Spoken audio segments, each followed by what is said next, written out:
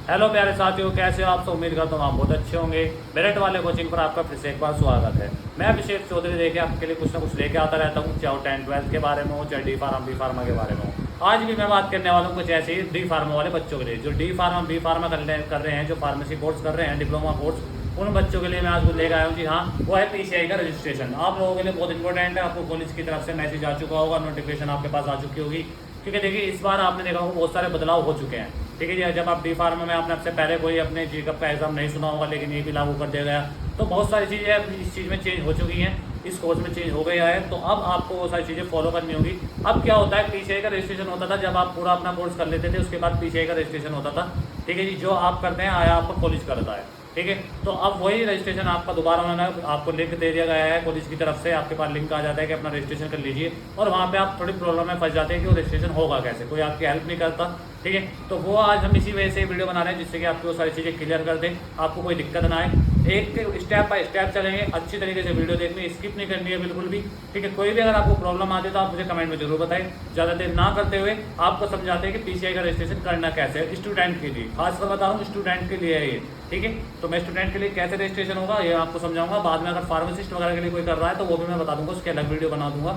ठीक है, बट ये है जो बच्चा फिलहाल में रनिंग में अभी ही परसेंट में डी फार्मा कर रहा है, फर्स्ट ईयर में है या सेकंड ईयर में है, तो वो बच्चा बी फार्मा कर रहा है, वो बच्चा इसे देख ले। ठीक है, तो आइए शुरुआत करते हैं, देखते हैं कैसे रजिस्ट्रेशन होता है।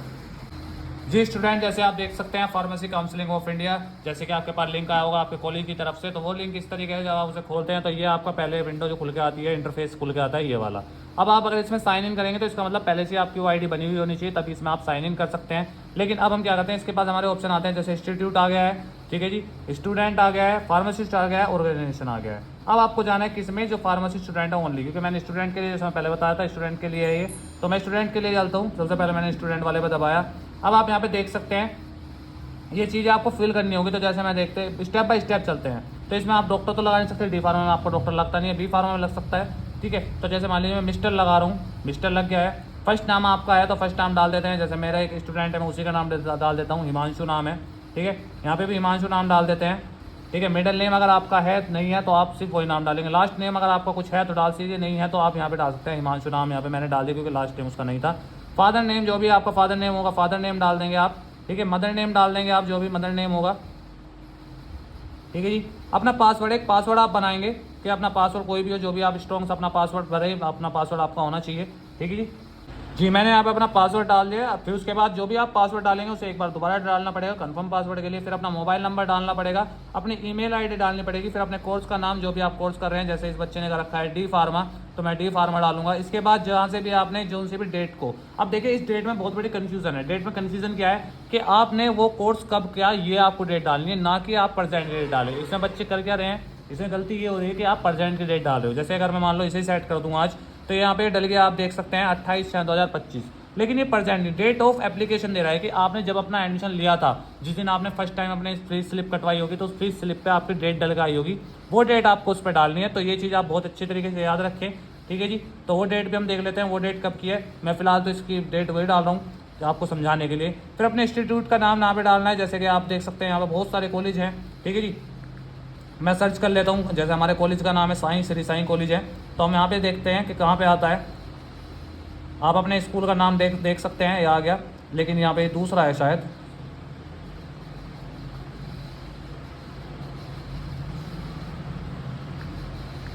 जी, अब जितने भी होंगे यहाँ पे देखिए आ गया साईं कॉलेज ऑफ फार्मेसी, यहाँ पे आ गया। नेशनलिटी आपको डालनी है, तो आपको सबको पता ही है नेशनलिटी, जो भी इंडिया का है वो इंडिया की ही नेशनलिटी डालेगा। ठीक है जी, इंडिया की डाल देते हैं। इसके बाद यहाँ पे इसे करते हैं क्या, जो इस टाइम कैप तक रखा है ये फिल करते हैं, जैसे 8 9 FL I।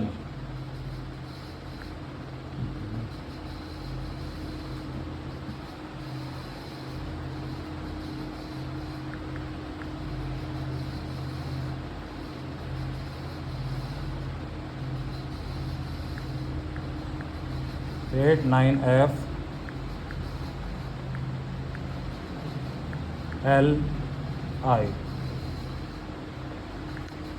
ठीक है जी, जब इन्हें आप कर देते हैं, यहाँ पे आपने फिल कर लिया। मैं आपको दोबारा सब चीज़ चेक करा रहा हूँ। यहाँ पे आप मिस्टर या मिसेज जो भी हैं वो लगाएंगे, डियर मैडम लगा दें या जिससे भी आप लगाना है, डॉक्टर लगाना है तो जैसे हमने यहाँ पे मिस्टर लगाया हुआ था। इसके बाद अपना नाम, अगर आपका मिडिल नेम है कुछ वो भी लगा सकते हैं। लास्ट नेम आपका जो भी हो, अपना सर नेम वो लगाना है। मम्मी का नाम, पापा का नाम, अपना एक पासवर्ड बनाना है, अपनी एक ईमेल आईडी लगानी है, अपना फ़ोन नंबर लगाना है, अपना कोड डालना है, डेट डालनी है और इसके बाद यहाँ पे सबमिट कर देना है। ये होता है आपका है। जैसे ही आप सबमिट करते हैं आपको हो जाता है सक्सेसफुली होने के बाद आपके पास आता है एक मैसेज। ठीक है जी, वो मैसेज आपको मैं दिखा देता हूँ। वो मैसेज कुछ इस तरीके का आता है कि dear sir thank you your registration of PCI portal. ठीक है जी, उसके बाद देखिए यूज़र नेम अब आपका ये दे दिया उसने BHS2510389444। अब क्या आपको करना है, जैसे आप सबमिट कर देते हैं तो क्योंकि हमने ऑलरेडी सबमिट यहाँ कर चुका था, हम ऑलरेडी हमारे पास ये मैसेज आ चुका था। ठीक है, तो मैं इसे कर देता हूँ क्या, कैंसिल यहाँ से। अब मैं जाता हूँ साइन इन पे। अब जैसे ही मैं साइन इन पे जाऊँगा तो मुझे अपना नाम ही डालना कि मैं यहाँ पे नाम, अगर आप में हिमांशु डालोगे तो गलत हो जाएगा। यहाँ पे आपको यूज़र नेम वो डालना है जो आपका अभी आया है। जैसे क्या आया था, BHS।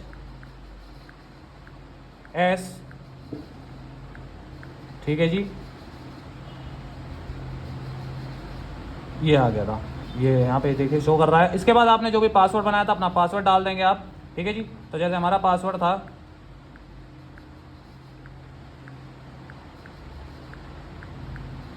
ठीक है, अगर आप इसे ऐसे करके लेके चलते हैं तो ये देखिए आपका खुल गया है गुड आफ्टरनून हिमांशु या हिमांशु जैसे देखिए ये आपका, यानी कि यहाँ पे पूरा अप्रूवल हो चुका है, आपकी आईडी आ चुकी है, आप यहाँ पे देख सकते हैं ये आप। ठीक है जी, तो आपका ऐसा इंटरफेस आ जाता है जब आपने देखा आपका ये इंटरफेस आ गया, आपका यानी लॉगिन हो गया है, आपकी अब आईडी बन चुकी है। ठीक है जी, यानी आपका PCI का जो रजिस्ट्रेशन था आपने वो कंप्लीट कर लिया है। तो ये था आपका पूरा तरीका जो आपको ये करना है, अपना पासवर्ड और अपनी यूज़र आईडी अपना याद रखनी है जिससे अच्छी तरीके से हो जाए। तो ये था आपका PCI का रजिस्ट्रेशन करने का तरीका। मैंने आपको स्टेप बाय स्टेप समझाया है। नहीं समझ में आ रहा है, एक बार आप थोड़ा सा पीछे जाएंगे, रिवर्स करेंगे वीडियो को, आपको सब चीज़ समझ में आएगी। मैंने एक चीज़ डाली के देखी है। ठीक है, तो आप भी ऐसी अपने एक चीज़ डालिए, कोई दिक्कत आए उसके बाद भी तो आप हमें कॉन्टैक्ट कर सकते हैं। और हाँ, एक चीज़ और देखिए, इसमें पासवर्ड में बहुत ज़्यादा दिक्कत आती है बच्चों को पासवर्ड बनाने में।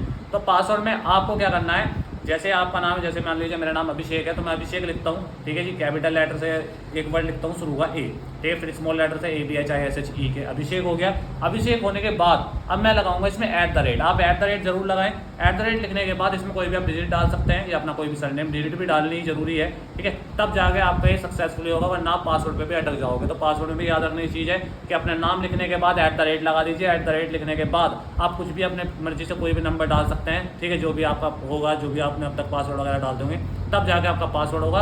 और इस पासवर्ड को आप हमेशा याद रखें, इसका स्क्रीनशॉट लेके रखें। भविष्य में जब आप आगे जाओगे, ठीक है, जब भी आपका लखनऊ के लिए आप दोबारा रजिस्ट्रेशन करोगे तो आपसे ही पासवर्ड पूछा जाएगा, आपसे ही आईडी पूछी जाएगी। इसका जो यूज़र नेम है, यूज़र नेम आपके जो मैसेज पाया वो इसका यूज़र नेम है। पासवर्ड जो आपने बनाया वो आपका पासवर्ड है। कोई आपका पासवर्ड और आपका यूज़र नेम यूज़ ऐसे नहीं कर सकता जब तक आप उसे नहीं दोगे। ठीक है जी, तो अपने इन पासवर्ड्स को बहुत अच्छी तरीके से याद रखें, ध्यान रखें। अगर कुछ चीज़ समझ में ना आई हो तो प्लीज़ मुझे कमेंट में कीजिए, कमेंट में मुझे बताइए, मैं आपकी हेल्प के लिए तैयार हूँ। ऐसी और वीडियो देखने के लिए हमारे चैनल को सब्सक्राइब करें, लाइक करें, कमेंट करें। और अगर बातें समझ में आई हो तो प्लीज़ चैनल को सब्सक्राइब जरूर करके जाएँ। ठीक है जी, और भी जैसे अगर कोई नोटिस आता है D फार्मा B फार्मा वाले बच्चों के लिए तो मैं वो भी इस पर डाल दूंगा। ठीक है जी, आज के लिए तो इतना ही, मिलते हैं अगली ऐसी एक नेक्स्ट वीडियो में। और हाँ, डिस्क्रिप्शन में मैं लिंक डालता हूँ अपने व्हाट्सअप ग्रुप की, जिसमें मैं ये सारी चीज़ें डालता रहता हूँ। तो वहाँ से भी आप मुझसे जुड़ सकते हैं, जिसमें कि आपको ये सारी चीज़ें पता लगती रहती हैं। जितनी भी गवर्नमेंट वैकेंसी वगैरह आती रहती है D फार्मा B फार्मा वालों की, वहाँ पे भी इस चीज़ की नॉलेज मिलती रहती है। तो वहाँ पे भी इस चैनल को आप सपोर्ट करें आगे के लिए, जिससे हम आपके लिए ऐसी चीज़ें लाते रहें। आज के लिए इतने ही, मिलते हैं अगली ऐसी नेक्स्ट वीडियो में। धन्यवाद।